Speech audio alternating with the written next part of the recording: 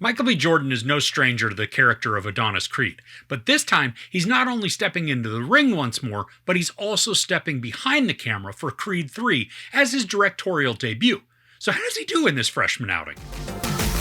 Adonis has been thriving in both his career and family life, but when a childhood friend and former boxing prodigy resurfaces, the face-off is more than just a fight. There are a lot of elements in this third movie that feel exactly like the first Creed film. From the opening scene to the training montages, even the resolution, so much of this feels like we've seen it before. But something Jordan does differently is how this feels more like a personal take on Creed. We get more dynamic insight into his background and some of the hidden fears and traumas that help to shape him into the fighter that he becomes. Jonathan Majors plays Dame, a friend of Adonis's from when they were kids, and the quiet menace and determination that Majors brings to the character can be riveting at times. There are a few moments that his characteristic mumbling does get in the way of some of the emotion, but when Majors is using his eyes to communicate, the feelings are clear and piercing. And there's some interactions between Creed and Dame that are frustrating by design as they dance around topics and emotions, choosing to be vague in their words despite the message being very clear.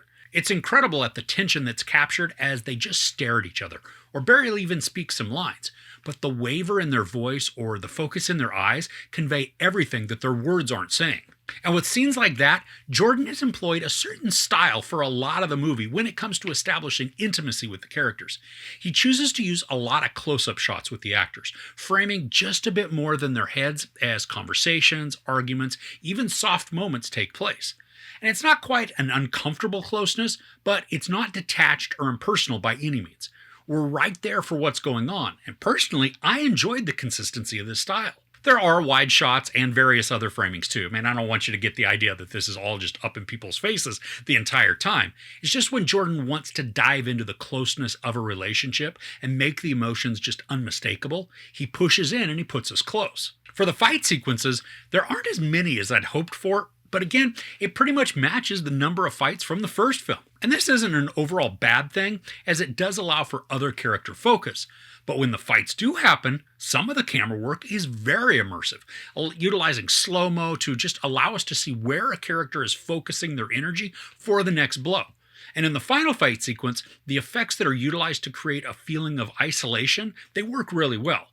Now, at first, I wasn't sure if I was liking what was happening, but the longer that it went on, and then the way the imagery and sets just contributed to the emotional state of the characters, it all clicked, and it flowed together and then culminates in a really amazing shot. Now, I'm not sure how some of the punches were captured because it really does look like a hook or uppercut connects with an opponent's face, causing their jowls to distort and ripple from the impact. I mean, the punches look real, and they had me squirming and dodging in my seat. I think that's a great sign of how immersive some of the fighting can become. I mean, I was unconsciously moving left and right, just doing my best to avoid a punch, even though I was in zero danger of anything. But the storytelling, it put me right there along for the action, and I was enveloped in it. Now, outside of Jordan and Majors, there are some other standouts in the film. Tess Thompson returns as Bianca Creed, and she's quietly wonderful for her parts. I love the conversations that take place between her and Creed as they struggle to talk about emotions and their pasts. Now, there's this particular moment when they both become very vulnerable, and it was awesome to watch as they both gain a better understanding and respect for the other. And while I would have liked to have seen even more of her in the film, the story didn't really call for it, so it would have felt forced to just go off on tangents with the character. Now, she does have some good foreshadowing conversations with a few other characters, and while the information isn't too shrouded and we can really just easily see where things will be headed, Bianca brings some grounding to Creed, and it keeps him planted. Now, I was really impressed with Thaddeus Mixson, who plays the teenage Creed that we see in flashbacks.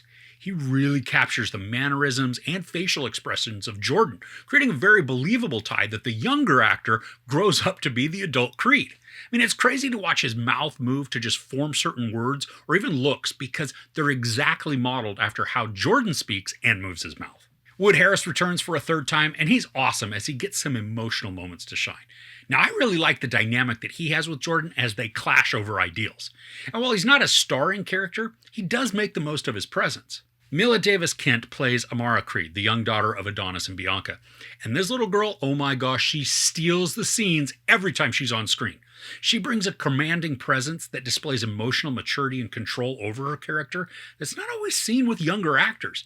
And then I really love that Jordan incorporates that she's deaf into the story, causing the characters to interact with ASL, silently communicating, but still giving tons of emotion that translates through the screen. Now, I'm sure others have also made this comparison, but there are portions to the emotion and even the story arc that are very reminiscent of the movie Warrior with Joel Edgerton and Tom Hardy. Now, in that film and in Creed 3, there's a struggle between two people who are extremely close. They're fighting against memories and past demons that still haunt them, believing that if they can win the fight, the demons will be erased. Now, Warrior, that's a phenomenal story, and if you haven't seen it, certainly sort that out right away. I mean, it ended up being way more emotional than I would have imagined, and it made me smile through tears. And Creed 3 has some of that same emotion, but I wasn't as connected and conflicted in the relationship that's at the heart of the rivalry. I think it's a believable arc, and one that's even very compelling, but it didn't put me on the edge of my seat. And that's probably because I never felt that Creed could lose. I'm not saying that he doesn't. I mean, there certainly are upsets within the movie, but it always felt like the narrative had a large amount of plot and character protection when it came to Adonis. And that's probably a criticism I have across the movies, is that while he may lose, he doesn't ever really come across as the underdog, even though that's what the story tells us. And I still think the movies are inspiring and they're fun, but I don't really get the hair standing up on my arms as the climactic moment arrives that's just so powerful that you can't help but get excited. I'm sure that sounds like I'm really down on the film, but I'm not. I mean, I just don't think that it packs all of the emotional punches that it's capable of. And yes, that was a terrible boxing pun. So overall, Creed 3 features some wonderful visual storytelling from first-time director Michael B. Jordan. The story is familiar and not wholly original, but it still retains a compelling look at family, responsibility, and guilt. The character intimacy Jordan captures is engaging, creating a connection that's personal and effective. And even though the actors deliver excellent performances, the story still misses a bit of risk, feeling like Creed is invincible and incapable of losing, and that then diminishes some of the adrenaline. I am excited to see what Jordan does next behind the camera and how he'll continue to hone his style.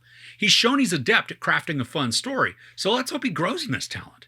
There's no sex or nudity, a lot of profanity, and obviously a ton of violence. I give Creed 3 4 out of 5 couches. So do you enjoy sports movies? Do you have any favorites? Lately, I keep rewatching Ford v Ferrari because it's just so much fun. But let me know yours in the comments below. If you enjoyed this review, please give it a like. Also, don't forget to share and subscribe.